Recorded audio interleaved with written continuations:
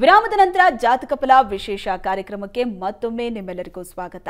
ಇನ್ನುಳಿದ 6 ರಾಶಿಗಳು ಅದರ ಜೊತೆಗೆ ದೋಷಗಳಿದ್ರೆ ಏನೆಲ್ಲ ಪರಿಹಾರವನ್ನ ಮಾಡಬೇಕು ಅನ್ನೋದರ ಬಗ್ಗೆ ಶಾಸ್ತ್ರಿಗಳು ಈಗ ತಿಳಿಸ್ಕೊಡ್ತಾರೆ. ಶಾಸ್ತ್ರಿಗಳೇ, ತುಲಾ ರಾಶಿಯವರಿಗೆ ದಿವಸ ದಾಂಪತ್ಯದಲ್ಲಿ ಸಹಕಾರ ಚೆನ್ನಾಗಿದೆ, ವ್ಯವಹಾರ ಚಟುವಟಿಕೆಗಳು ತುಂಬ ಚೆನ್ನಾಗಿರ್ತದೆ, ವೃತ್ತಿಯಲ್ಲಿ ಬಹಳ ವಿಶೇಷವಾದ ಅನುಕೂಲ, ಲಾಭ ಕಾಣಲಿಕ್ಕೆ ಅವಕಾಶ ಇದೆ.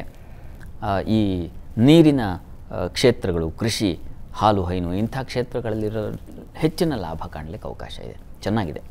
ಶುಕ್ರನು ಉಚ್ಚ ಸ್ಥಾನದಲ್ಲಿದ್ದಾನೆ, ಹೀಗಾಗಿ ಸಾಲ ತೀರಿಸ್ಕೊಳ್ತೀರಾ. ಹೆಣ್ಣುಮಕ್ಕಳು ಬಹಳ ಮುಖ್ಯವಾಗಿ ಹೀಗಾಗಿ ಹೆಚ್ಚಿನ ಅನುಕೂಲ ಇದೆ. ಈ ದಿವಸ ವಸ್ತು ನಷ್ಟತೆ ಇದೆ, ಈ ಕಾರಣದಿಂದಾಗಿ ಕಾರ್ತವೀರ್ಯಾರ್ಜುನ ಸ್ಮರಣೆ ಮಾಡಿ.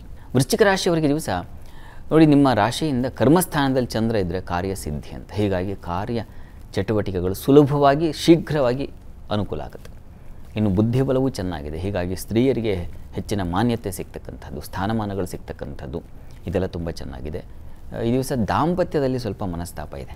ನಿಮ್ಮ ಸಪ್ತಮಾಧಿಪತಿ ಶುಕ್ರ ಆ ಸ್ಥಾನದಲ್ಲಿ ಮಾಂದ್ಯ ಆಗಿಬಿಟ್ಟಿದೆ, ಈ ಕಾರಣದಿಂದಾಗಿ ಸ್ವಲ್ಪ ಸಣ್ಣ ಪುಟ್ಟ ಹೆಚ್ಚಿನ ಆತಂಕ ಮಾಡ್ಕೋಬೇಡಿ.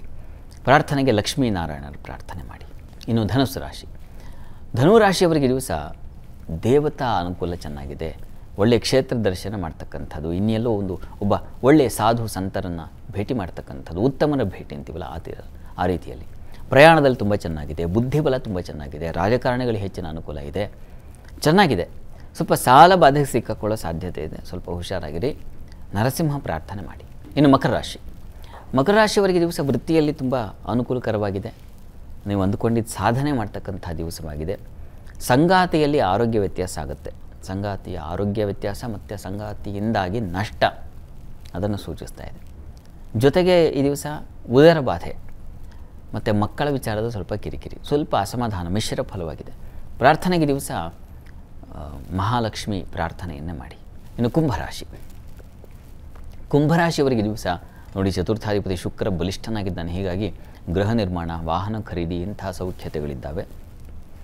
ಚಂದ್ರ ಸಪ್ತಮದಲ್ಲಿನ ಹೀಗೆ ಸಂಗಾತಿ ಸಹಕಾರ ಸಿಗುತ್ತೆ, ಯಾವುದೇ ವಿರೋಧಗಳಿಲ್ಲದೆ ಅನುಕೂಲ ಆಗ್ತಕ್ಕಂಥ ಸಾಧ್ಯತೆ ಇದೆ. ಈ ದಿವಸ ಸ್ವಲ್ಪ ಪ್ರಯಾಣದಲ್ಲಿ ತೊಂದರೆ ಸೂಚಿಸ್ತಾ ಇದೆ, ಸ್ವಲ್ಪ ಹುಷಾರಾಗಿರಿ. ಈ ಒಂದು ನಿವಾರಣೆಗೆ ನೀವು ಮಹಾಲಕ್ಷ್ಮಿ ಸನ್ನಿಧಾನಕ್ಕೆ ಅವರೇ ಧಾನ್ಯ ದಾನ ಮಾಡ್ತಕ್ಕಂಥದ್ದು, ಗ್ರಾಮದೇವತಾ ದರ್ಶನ ಮಾಡೋದು ಎರಡೂ ಒಳ್ಳೆಯದು. ಇನ್ನು ಮೀನರಾಶಿ, ಮೀನರಾಶಿಯವರಿಗೆ ದಿವಸ ಶುಕ್ರನ ಬಲ ತುಂಬ ಚೆನ್ನಾಗಿದೆ, ಹೀಗಾಗಿ ಯಾವುದೇ ನಷ್ಟಗಳಿಲ್ಲ. ಆದರೆ ರಾಹು ಇದ್ದಾನಲ್ಲ, ಇದು ಸ್ವಲ್ಪ ಅಲರ್ಜಿ, ಚರ್ಮದ ಸಂಬಂಧಿ ತೊಂದರೆ ಉಂಟು ಮಾಡ್ತಾನೆ, ಗಂಟಲ ಬಾಧೆ ಸೂಚಿಸ್ತಾ ಇದೆ, ಸ್ವಲ್ಪ ಎಚ್ಚರಿಕೆ ಬೇಕು. ಆದರೆ ಹಣಕಾಸಿಗೆ ಕೊರತೆ ಇಲ್ಲ, ವೃತ್ತಿಯಲ್ಲಿ ಸಮಾಧಾನ ಇದೆ, ವೃತ್ತಿಯಲ್ಲೂ ಕೊರತೆ ತೊಂದರೆಗಳಿಲ್ಲ, ಹೀಗಾಗಿ ಚೆನ್ನಾಗೂ ಇದೆ. ಆರೋಗ್ಯದ ದೃಷ್ಟಿಯಿಂದ ನಾಗ ಕವಚ ಕೇಳಿಸ್ಕೊಳ್ಳಿ, ನಾಗ ದರ್ಶನ ಮಾಡಿ, ಅನುಕೂಲ ಆಗುತ್ತೆ. ಈ ದಿವಸ 12 ರಾಶಿಗಳವರು, ರಾಶಿ ಗೊತ್ತಿಲ್ಲ ಅಂತಕ್ಕಂಥವ್ರು ಹೇಳಬಹುದಾದ ಸರಳವಾದ ಮಂತ್ರ ಯಾವುದು ಗಮನಿಸಿ. ಓಂ ಭಾರ್ಗವಾಯ ನಮಃ, ಇದು ಶುಕ್ರನ ಮಂತ್ರವೇ, ಇದನ್ನು ಹೇಳಿಕೊಳ್ಳಿ, ಉತ್ಸಾಹ ಬರುತ್ತೆ. ಶಾಸ್ತ್ರಿಗಳ ಇವತ್ತಿನ ಕಾರ್ಯಕ್ರಮದಲ್ಲಿ ಬಹಳಷ್ಟು ವಿಚಾರವನ್ನ ನಮ್ಮ ವೀಕ್ಷಕರಿಗೆ ತಿಳಿಸ್ಕೊಟ್ಟಿದ್ದೀರಿ, ಧನ್ಯವಾದಗಳು.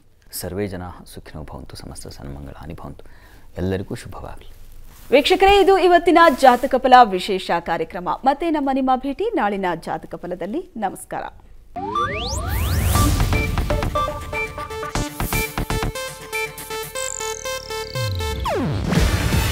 ಇದು ಏಷ್ಯಾನೆಟ್ ನ್ಯೂಸ್ ನೆಟ್ವರ್ಕ್ ಪ್ರಸ್ತುತಿ. ನೀವು ನೋಡ್ತಿದ್ದೀರಾ ಏಷ್ಯಾನೆಟ್ ಸುವರ್ಣ ನ್ಯೂಸ್.